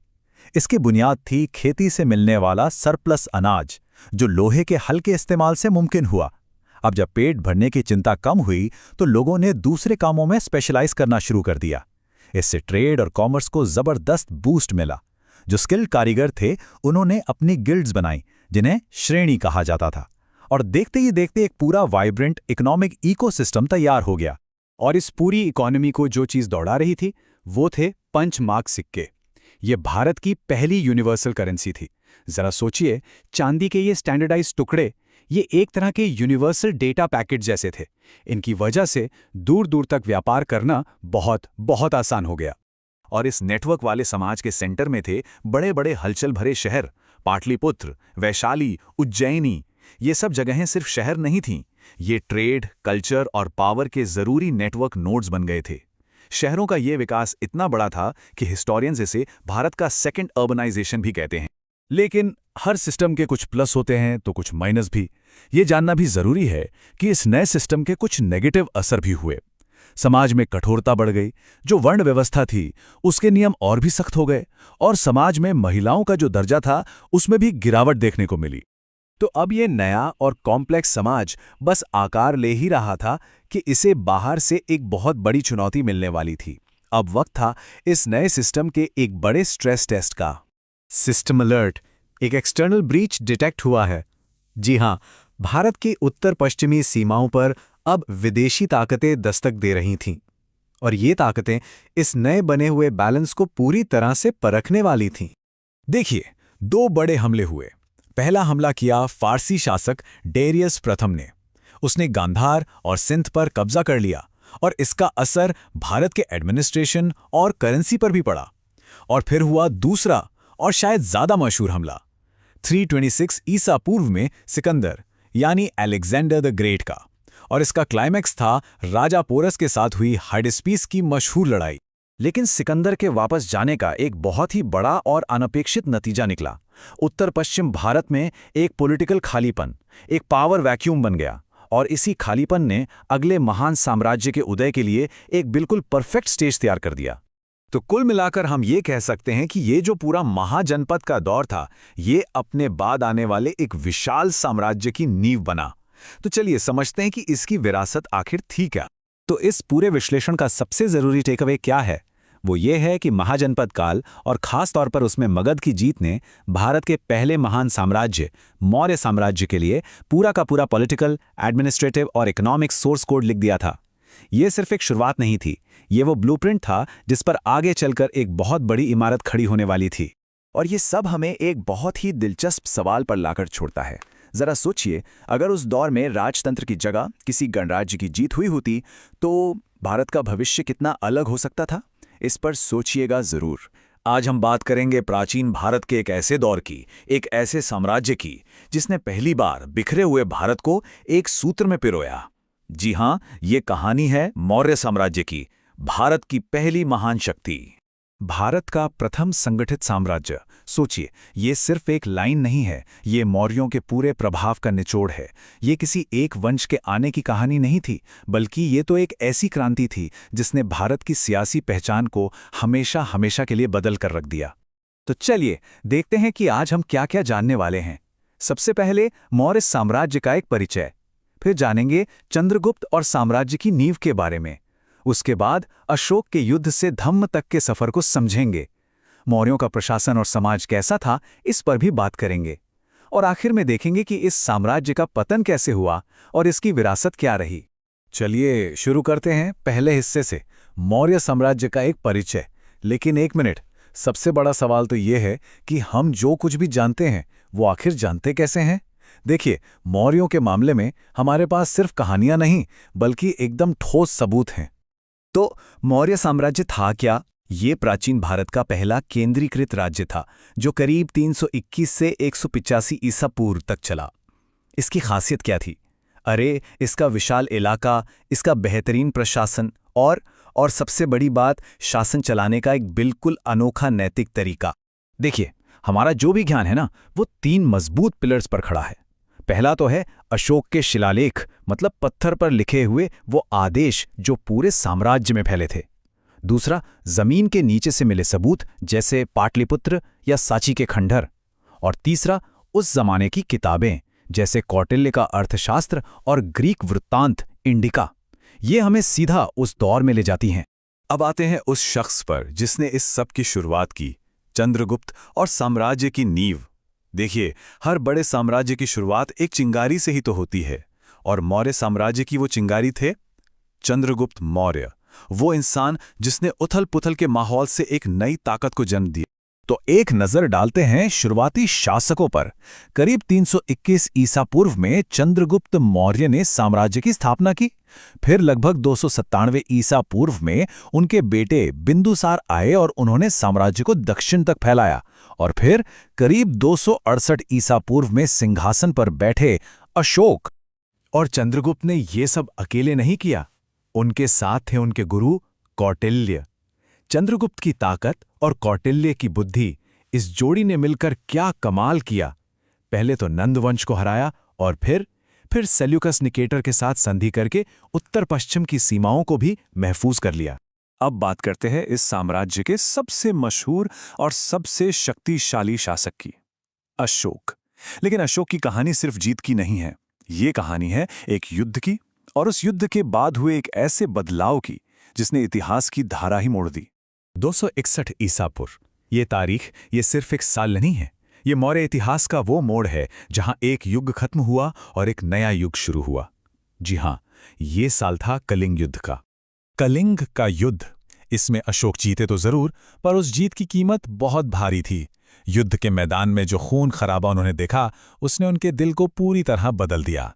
जीत का जश्न मातम में बदल गया, और इसी दर्द से एक बिल्कुल नए अशोक का जन्म हो। तो सवाल ये उठता है कि एक जीता हुआ सम्राट अब आगे क्या करता? जब कोई अपनी ताकत के शिखर पर हो तो वो और जमीन जीतने के बजाय क्या करेगा? अशोक का जवाब वो इतिहास में बिल्कुल अनोखा था। उन्होंने रास्ता चुना धम्म का। अब ये धम्म कोई धर्म नहीं था, कंफ्यूज मत होइएगा।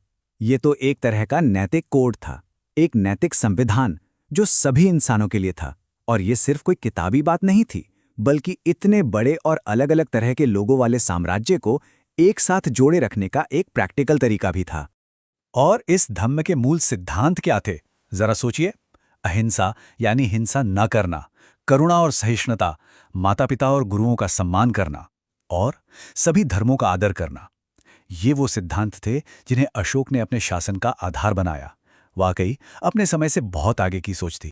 अच्छा, ये तो हुई धम्म की बात, पर सवाल ये है कि इतना बड़ा साम्राज्य आखिर चलता कैसे था? तो चलिए अब जरा मौर्यों के प्रशासन और समाज की मशीनरी को समझते हैं। देखिए, इनका सिस्टम बड़ा क्लियर था। सबसे ऊपर केंद्र में होता था राजा, फिर बड़े बड़े प्रांतों को राजकुमार संभालते थे। उनके नीचे आते थे जिले, और सबसे जमीनी स्तर पर था गांव, जिसका एक मुखिया होता था, जिसे ग्रामिक कहते थे। मतलब एक प्रॉपर टॉप डाउन सिस्टम था, जिससे कंट्रोल रखना आसान होता था। और सिर्फ इतना ही नहीं, राजा को सलाह देने के लिए एक मंत्री परिषद भी थी। खबरें इकट्ठा करने के लिए जासूसों का एक जबरदस्त नेटवर्क था। और हाँ, साम्राज्य को चलाने के लिए पैसा तो चाहिए, तो उसके लिए एक बहुत ही संगठित टैक्स सिस्टम भी था। मतलब सब कुछ वेल प्लान्ड था, कुछ भी किस्मत के भरोसे नहीं था। और हाँ, मौर्य साम्राज्य कोई बंद दरवाजों के पीछे नहीं था। इसके तो ग्रीक राज्यों जैसी विदेशी ताकतों के साथ भी डिप्लोमैटिक और व्यापारिक रिश्ते थे। सोचिए, मेगस्थीन जैसे राजदूत पाटलिपुत्र में रहते थे। ये अपने आप में इस बात का सबूत है कि मौर्यों को दुनिया एक बड़ी शक्ति मानती थी। लेकिन इतिहास का एक सच ये भी है कि हर चीज का एक अंत होता है। जो साम्राज्य इतना महान था, वो आखिर खत्म कैसे हुआ? तो चलिए अब बात करते हैं साम्राज्य के पतन और उसकी विरासत की, कि वो अपने पीछे क्या छोड़ कर गए। तो इसके गिरने के पीछे कोई एक वजह नहीं थी, कई सारी थी। अशोक के बाद जो राजा आए वो उतने काबिल नहीं थे। इतना बड़ा इलाका संभालना भी मुश्किल हो रहा था, ऊपर से खजाना भी खाली हो रहा था, और दूर के प्रांतों में बगावतें होने लगी थीं। और आखिरकार आखिरी राजा बृहदत्त की हत्या कर दी गई और इस महान साम्राज्य का अंत हो गया। तो फिर मौर्यों की विरासत क्या है? वो हमें क्या देकर गए? मोटे तौर पर दो बड़ी चीजें। पहला, एक यूनिफाइड यानी एकीकृत भारत का आइडिया और उसे चलाने का एक ढांचा। और दूसरा, अशोक का धम्म, यानी ये सूझ कि शासन का असली मकसद जनता का भला करना है। तो संक्षेप में कहें तो मौर्य साम्राज्य ने भारत को तीन चीजें दी। एक, प्रशासनिक एकता, एक नैतिक शासन, और दुनिया से जुड़ने का एक स्थायी ढांचा। ये उनकी सबसे बड़ी देन है। और जाते जाते एक सवाल, क्या अशोक की धम्म की नीति, मतलब अहिंसा और सहिष्णुता पर आधारित शासन, क्या ये आज के नेताओं के लिए भी उतनी ही जरूरी है? कभी सोचा है, जब एक इतना बड़ा साम्राज्य जिसने लगभग पूरे उपमहाद्वीप को एक धागे में पिरो रखा हो, वो अचानक बिखर जाए तो क्या होता है? क्या सिर्फ अफरा-तफरी मचती है, या फिर कुछ नया जन्म लेता है? आज हम मौर्योत्तर भारत के उसी बेहद दिलचस्प दौर में उतरने वाले हैं, जहां राजनीतिक बिखराव के बीच से एक कमाल का सांस्कृतिक मेलजोल पैदा हुआ था। और यही सवाल आज की हमारी पूरी पड़ताल का सेंटर पॉइंट है। देखिए, मौर्यों के पतन से जो खालीपन आया ना, वो सिर्फ अराजकता नहीं लाया, बल्कि उसने एक नए, कहीं ज्यादा डायनामिक युग का दरवाजा खोल दिया। ये नए नए प्रयोगों का एक उथल-पुथल भरा लेकिन बहुत ही क्रिएटिव दौर था। तो मौर्यों का बनाया हुआ वो विशाल राजनैतिक मंच अब खाली हो चुका था, और जाहिर है उस खाली जगह को भरने के लिए कई नई शक्तियां मैदान में कूद पड़ी। कुछ देश के अंदर से ही उभरी और कुछ सरहदों के पार से आईं। इस दौर को ठीक से समझने के लिए हमें इन दो महाशक्तियों को जानना ही होगा। एक तरफ थे दक्कन के बेहद शक्तिशाली सातवाहन, जो पूरी तरह से देसी थे, और दूसरी तरफ थे मध्य एशिया से आए पराक्रमी कुषाण, जिन्होंने नॉर्थ वेस्ट इंडिया पर अपना दबदबा बना लिया। मतलब दो बिल्कुल अलग अलग ध्रुव, और इन्हीं शक्तियों ने मिलकर इस युग की तकदीर को शक्ल दी। लेकिन रुकिए, कहानी सिर्फ सातवाहनों और कुषाणों की नहीं थी।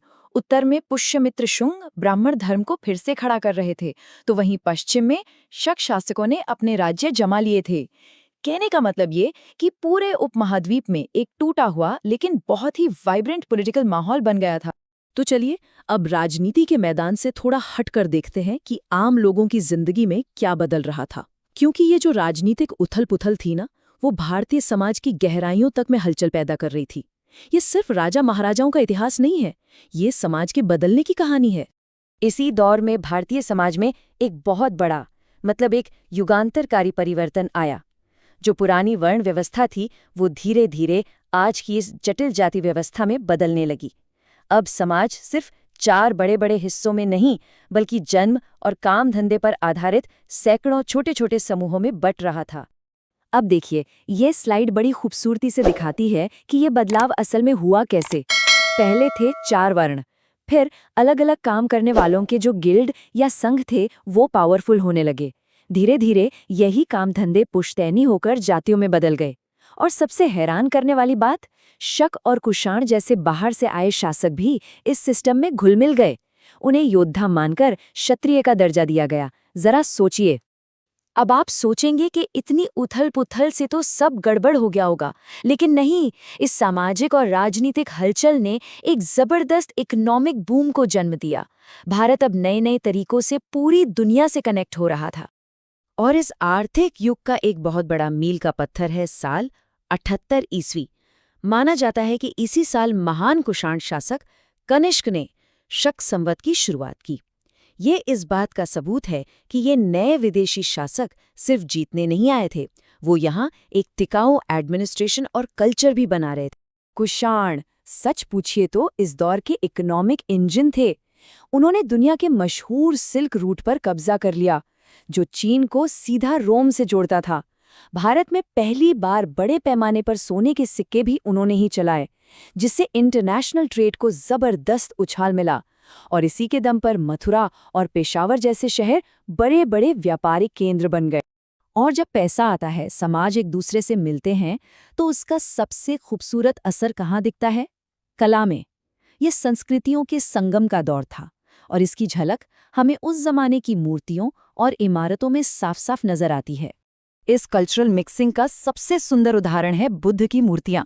उत्तर पश्चिम में कुषाणों की छत्रछाया में जो गांधार कला पनपी, उसमें ग्रीक रोमन स्टाइल साफ दिखता है।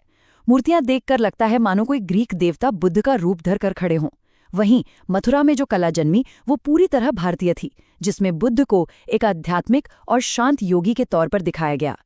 एक ही बुद्ध, लेकिन कला की नज़र से कितने अलग अलग रूप। और हाँ, हम दक्षिण भारत को तो बिल्कुल नहीं भूल सकते। दक्कन में सातवाहनों के संरक्षण में अमरावती कला का विकास हुआ, जो अपनी बहुत ही डायनामिक और कहानी कहती मूर्तियों के लिए मशहूर थी। ऐसा लगता है जैसे पत्थर पर बौद्ध जातक कथाओं को जिंदा कर दिया गया हो। ये इस बात का सबूत है कि कला का ये पुनर्जागरण पूरे उपमहाद्वीप में फैल रहा था।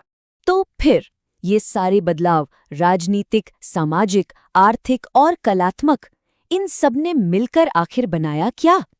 चलिए देखते हैं कि इस उथल-पुथल भरे युग ने भारत के भविष्य के लिए नींव कैसे रखी।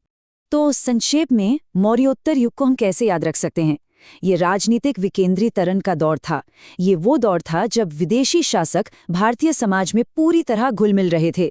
जाति व्यवस्था और गहरी हो रही थी, लेकिन दूसरी तरफ व्यापार और शहर खूब फल फूल रहे थे।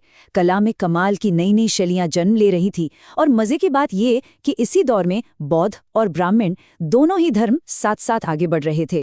तो सबसे बड़ी सीख ये है, इस दौर को किसी भी हालत में अंधकार युग या डार्क एज नहीं कहा जा सकता, बिल्कुल नहीं।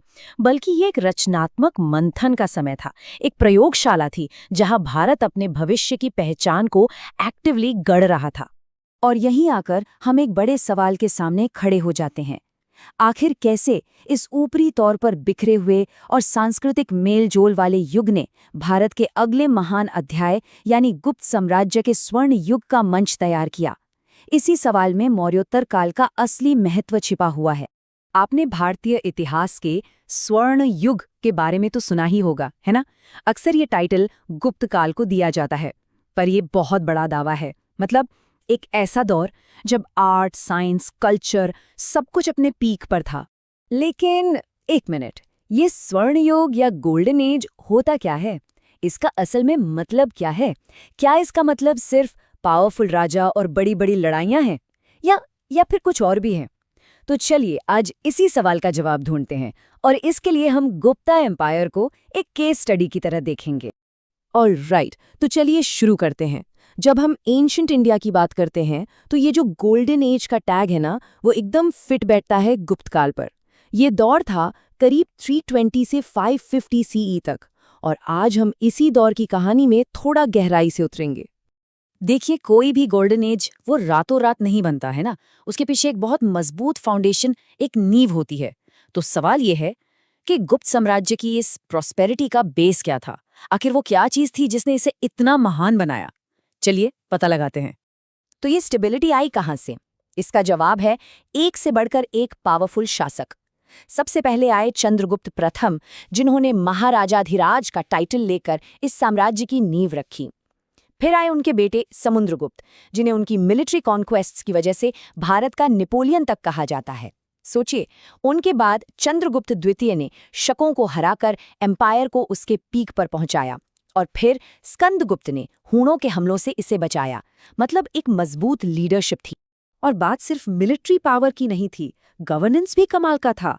उस जमाने में एक चीनी ट्रैवलर फाहियन भारत आए थे। उन्होंने अपने रिकॉर्ड्स में लिखा है कि यहाँ का एडमिनिस्ट्रेशन बहुत लिबरल और एफिशिएंट था, टैक्स कम थे और क्राइम तो ना के बराबर था। अब देखिए, ये किसी बाहरी आदमी का पर्सपेक्टिव है जो हमें उस दौर की एक बहुत ही क्लियर पिक्चर देता है। तो सवाल ये है कि ये इतना एफिशिएंट एडमिनिस्ट्रेशन काम कैसे करता था? इसका स्ट्रक्चर बहुत वेल ऑर्गेनाइज था। पूरे एम्पायर को प्रोविंसेस यानी भुक्ति में बांटा गया था। प्रोविंसेस को डिस्ट्रिक्ट्स यानी विषय में, और सबसे नीचे था गांव यानी ग्राम। और कमाल की बात यह है कि हर लेवल पर एक डेडिकेटेड एडमिनिस्ट्रेटर था, फ्रॉम टॉप टू बॉटम। सब कुछ स्मूथली चल रहा था। अब सोचिए, जब किसी सोसाइटी में शांति हो, पैसा हो, स्टेबिलिटी हो, तो क्या होता है? एग्जैक्टली, वहाँ आर्ट और नॉलेज, कला और ज्ञान फलते फूलते हैं। तो चलिए अब कहानी के अगले हिस्से में चलते हैं और देखते हैं कि स्टेबिलिटी की वजह से क्या क्या कमाल की चीजें हुई। 0, 0, ये सिर्फ एक नंबर नहीं है, ये एक रेवोल्यूशनरी कॉन्सेप्ट है। एक ऐसा आइडिया जिसने सब कुछ बदल दिया, और दुनिया को ये तोहफा इसी गोल्डन एज में मिला। ये मैथ और साइंस के लिए लिटरली एक गेम चेंजर था। और कहानी सिर्फ 0 पर खत्म नहीं होती। द डेसिमल सिस्टम, आर्यभट्ट की वो थियोरी कि पृथ्वी अपनी धुरी पर घूमती है, और सुश्रुत संहिता, अरे ये तो मेडिकल साइंस का एक मास्टरपीस था, जिसमें सर्जरी की ऐसी ऐसी टेक्निक्स बताई गई थी जो आज भी हैरान करती हैं। ये सब एक बहुत बड़े इंटेलेक्चुअल एक्सप्लोजन का हिस्सा था। तो एक तरफ साइंस और मैथ्स में ये सब हो रहा था, तो दूसरी तरफ लिटरेचर भी पीछे नहीं था। और इस दौर में संस्कृत लिटरेचर के सबसे बड़े नाम थे कालिदास। उनकी राइटिंग में ह्यूमन इमोशंस और नेचर की जो गहरी समझ दिखती है ना, कमाल है। इसीलिए तो उन्हें भारत का शेक्सपियर भी कहा जाता है। और ये क्रिएटिविटी ये हर जगह नजर आ रही थी। एक तरफ कालिदास के नाटक, तो दूसरी तरफ मंदिर बनाने का नया नागर स्टाइल, जिसमें ऊंचे ऊंचे शिखर होते थे, सारनाथ और मथुरा की वो शानदार मूर्तियां, और एजुकेशन का सबसे बड़ा सेंटर नालंदा यूनिवर्सिटी। अब देखिए, लिटरेचर, आर्किटेक्चर, आर्ट, एजुकेशन, हर फील्ड अपने पीक पर था। ओके, पर एक सवाल है, इन सब चीजों के लिए आर्ट, साइंस, यूनिवर्सिटी, पैसा कहाँ से आ रहा था? फ्यूल कहाँ से मिल रहा था? इसका जवाब है दीनार। ये गुप्त साम्राज्य के सोने के सिक्के थे। और ये सिर्फ कॉइन्स नहीं थे, ये इस बात का पक्का सबूत थे कि इकोनॉमी कितनी स्ट्रांग थी और ट्रेड नेटवर्क रोम जैसी दूर दराज जगहों तक फैला हुआ था। लेकिन जैसा कि हिस्ट्री हमें बार बार सिखाती है, कोई भी गोल्डन एज हमेशा के लिए नहीं रहता। तो चलिए अब इस कहानी के आखिरी पड़ाव पर चलते हैं, देखते हैं कि इस महान साम्राज्य का पतन कैसे हुआ, पर साथ ही ये भी समझेंगे कि इसकी लेगेसी आज भी हमारे साथ कैसे जिंदा है। तो आखिर हुआ क्या? अंत कैसे हुआ? देखिए, आयरनी ये है कि जिन पिलर्स पर ये एम्पायर खड़ा था, वही एक एक करके कमजोर पड़ने लगे। जो स्ट्रॉन्ग सेंट्रल रूल था, उसकी जगह लोकल गवर्नर्स ज्यादा पावरफुल हो गए। ट्रेड रूट्स में डिसरप्शन आने लगी, और ऊपर से उत्तर से हूणों के लगातार हमलों ने इस साम्राज्य की कमर ही तोड़ दी। लेकिन एम्पायर्स आते हैं और चले जाते हैं, असली चीज होती है लेगेसी, विरासत। और गुप्तकाल की विरासत आज भी हमारे साथ है। सोचिए, 0 और डेसिमल सिस्टम आज पूरी दुनिया में साइंस और टेक्नोलॉजी की फाउंडेशंस हैं। कालिदास को आज भी पढ़ा और सराहा जाता है, और हिंदू मंदिरों का जो बेसिक आर्किटेक्चर है, उसकी जड़ें भी इसी दौर में हैं। तो इस डिस्कशन को हम यहीं खत्म करते हैं, पर एक सवाल के साथ। जरा सोचिए, गुप्तकाल की इतनी सारी अचीवमेंट्स में से कौन सी एक चीज है जिसका असर आज हमारी दुनिया पर, हमारी जिंदगी पर सबसे ज्यादा है? क्या वो जीरो का कॉन्सेप्ट है या फिर कुछ और? ये सोचने वाली बात है ना? जरा सोचिए, एक नौजवान राजकुमार जिसके परिवार पर दुखों का पहाड़ टूट पड़ा हो, वो 7वीं सदी के भारत के सबसे महान सम्राटों में से एक कैसे बन गया? आज हम हर्षवर्धन की इसी दिलचस्प कहानी और उनके बनाए साम्राज्य के उतार चढ़ाव को समझेंगे। हर्षवर्धन की दुनिया को अच्छी तरह से समझने के लिए हम एक सफर पर चलेंगे। सबसे पहले देखेंगे कि वो सत्ता में कैसे आए, फिर उनकी मिलिट्री कैंपेन्स पर नजर डालेंगे, उनके शासन के तौर तरीकों को जानेंगे, उनके दौर की कल्चर को समझेंगे और आखिर में उनकी विरासत पर बात करेंगे। हर्षवर्धन की कहानी की शुरुआत सच कहूं तो किसी फिल्मी कहानी से कम नहीं है। एक ऐसी त्रासदी जिसने इस नौजवान को अचानक एक दांवाडोल राज्य के सिंहासन पर ला बिठाया और बस यहीं से इतिहास ने एक नया मोड़ ले लिया। अपने भाई की अचानक मौत के बाद जवान हर्ष के कंधों पर सिर्फ दुख का ही नहीं बल्कि एक बिखरते हुए साम्राज्य को संभालने का बोझ भी आ गया। लेकिन उन्होंने इस चुनौती को स्वीकारा और उस मुश्किल दौर में भी हालात को काबू में किया। हर्ष की समझदारी उनकी दोहरी राजधानी की रणनीति में साफ दिखती है। देखिए, थानेसर उनकी पुरानी गद्दी थी और कन्नौज एक स्ट्रेटेजिक सेंटर था। इन दोनों शहरों ने मिलकर उन्हें पूरे उत्तर भारत पर अपनी पकड़ मजबूत करने में एक जबरदस्त बढ़त दी। तो एक बार जब बेस मजबूत हो गया तो हर्ष ने अपनी नजरें साम्राज्य के विस्तार पर टिका दी। चलिए देखते हैं कि कैसे उन्होंने एक के बाद एक सैन्य अभियानों के जरिए एक बिखरे हुए इलाके को एक विशाल साम्राज्य में बदल दिया। हर्षवर्धन का एक बहुत बड़ा सपना था, उत्तर के छोटे बड़े आपस में लड़ते राज्यों को एक झंडे के नीचे लाना। ये सिर्फ जमीन जीतना नहीं था, ये एक टूटे हुए उपमहाद्वीप में स्थिरता और शांति लाने की एक बहुत बड़ी कोशिश थी। और हाँ, ये कोई रातों रात नहीं हुआ। 606 ईस्वी में गद्दी पर बैठने के बाद हर्ष ने लगभग 40 साल लगातार सैन्य अभियानों में बिताए और धीरे धीरे अपने साम्राज्य को उसकी बुलंदी तक पहुंचाया। उत्तर में तो उनकी जीत का डंका बज रहा था, वो लगभग अजेय थे। लेकिन हर बड़े विजेता की एक हद होती है। हर्ष के लिए वो हद थी नर्मदा नदी, जहां चालुक्य राजा पुलकेशिन द्वितीय ने उनकी सेना को जोरदार टक्कर दी और उन्हें रोक दिया, और इसी के साथ उनके साम्राज्य की दक्षिणी सीमा हमेशा के लिए तय हो गई। तो सवाल ये उठता है कि इतने बड़े और डाइवर्स साम्राज्य को कोई चलाता कैसे है? ये सिर्फ जंग जीतने की बात नहीं है, इसके लिए एक मजबूत एडमिनिस्ट्रेटिव सिस्टम की जरूरत होती है। चलिए देखते हैं कि हर्ष ने ये कैसे किया। हर्ष का सिस्टम एक बहुत ही क्लेवर बैलेंसिंग एक्ट था। इसे ऐसे समझिए, राजा ही असल बॉस था, लेकिन वो अपने साम्राज्य को अच्छे से चलाने के लिए क्षेत्रीय गवर्नरों यानी सामंतों की एक टीम पर बहुत ज्यादा निर्भर था। पूरे साम्राज्य में व्यवस्था बनाए रखने के लिए इसे बड़े करीने से बांटा गया था। बड़े प्रांतों को भुक्ति कहा जाता था। उनके अंदर छोटे जिले होते थे जिन्हें विषय कहते थे, और सबसे नीचे थे गांव यानी ग्राम।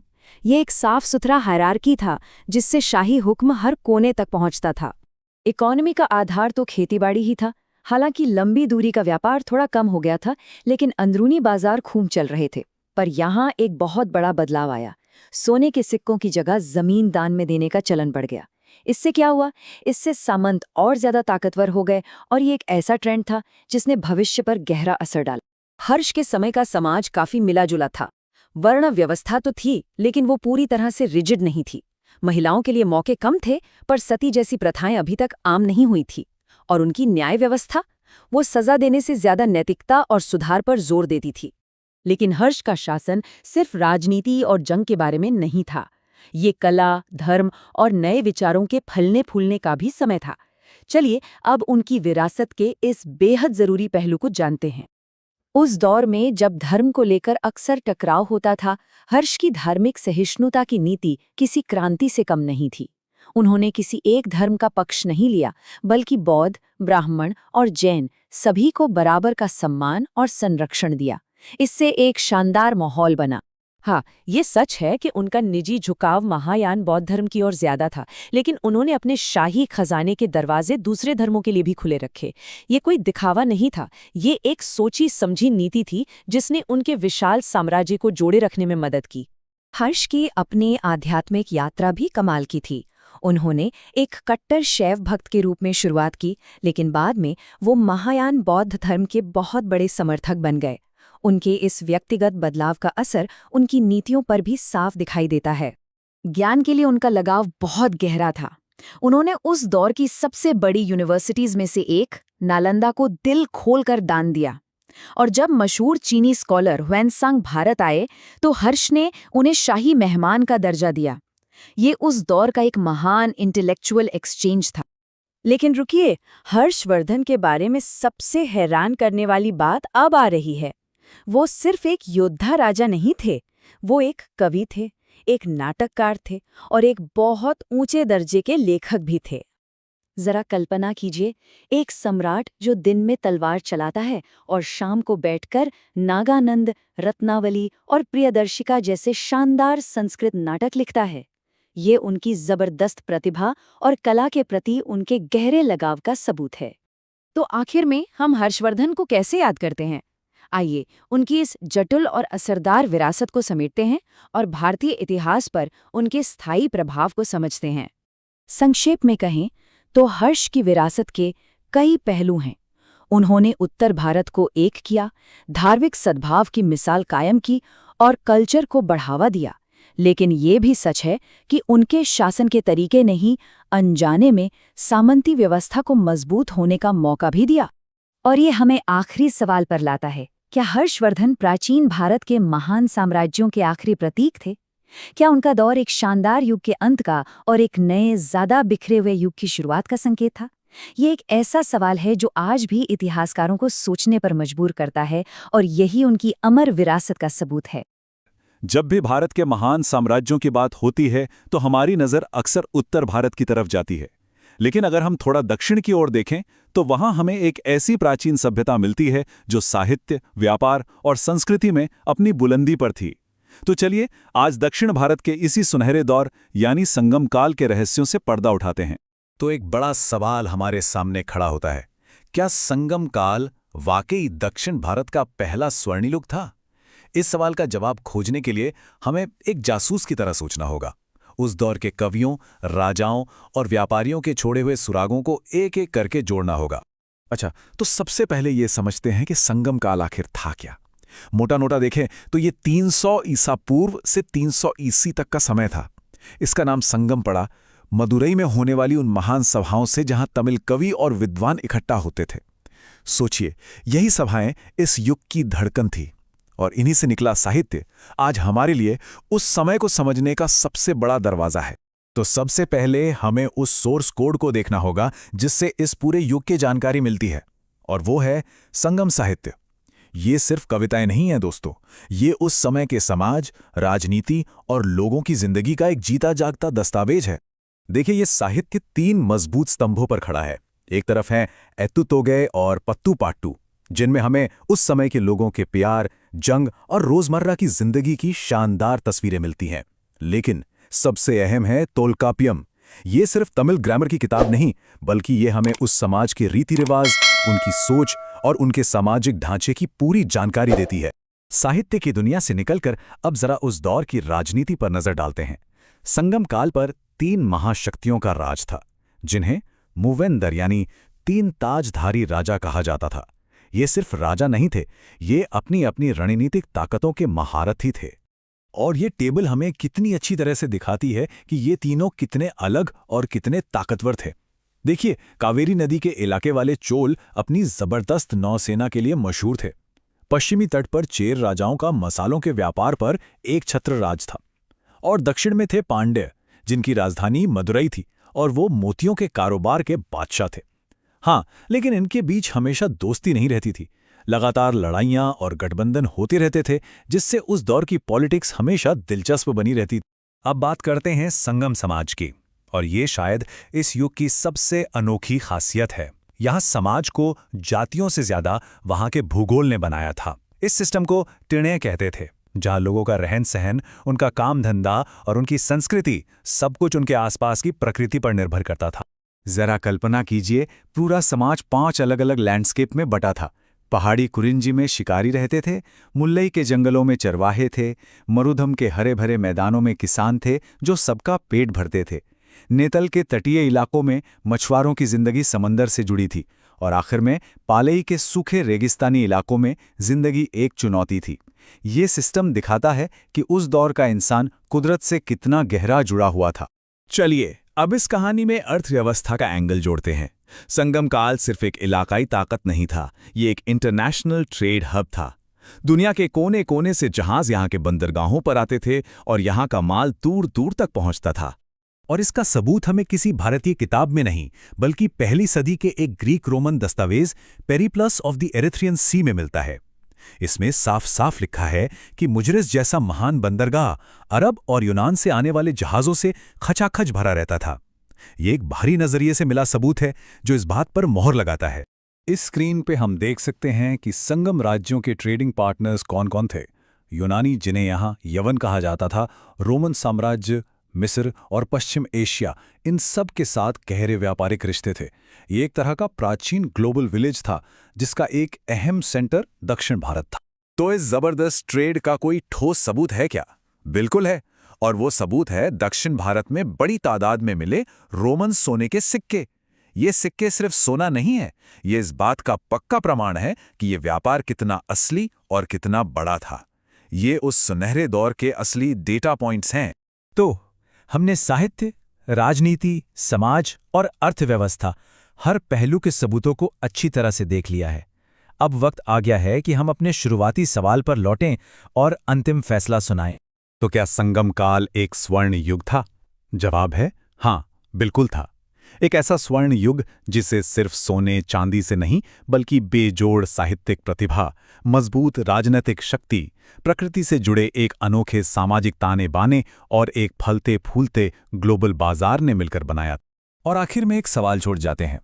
भाषा, साहित्य और दुनिया से जुड़ने की जो मजबूत नींव संगम काल में रखी गई थी, उसकी गूंज आज भी दक्षिण भारत की संस्कृति और पहचान में किस तरह सुनाई देती है? ये एक ऐसा सवाल है जो इतिहास को हमारे आज से जुड़ता है।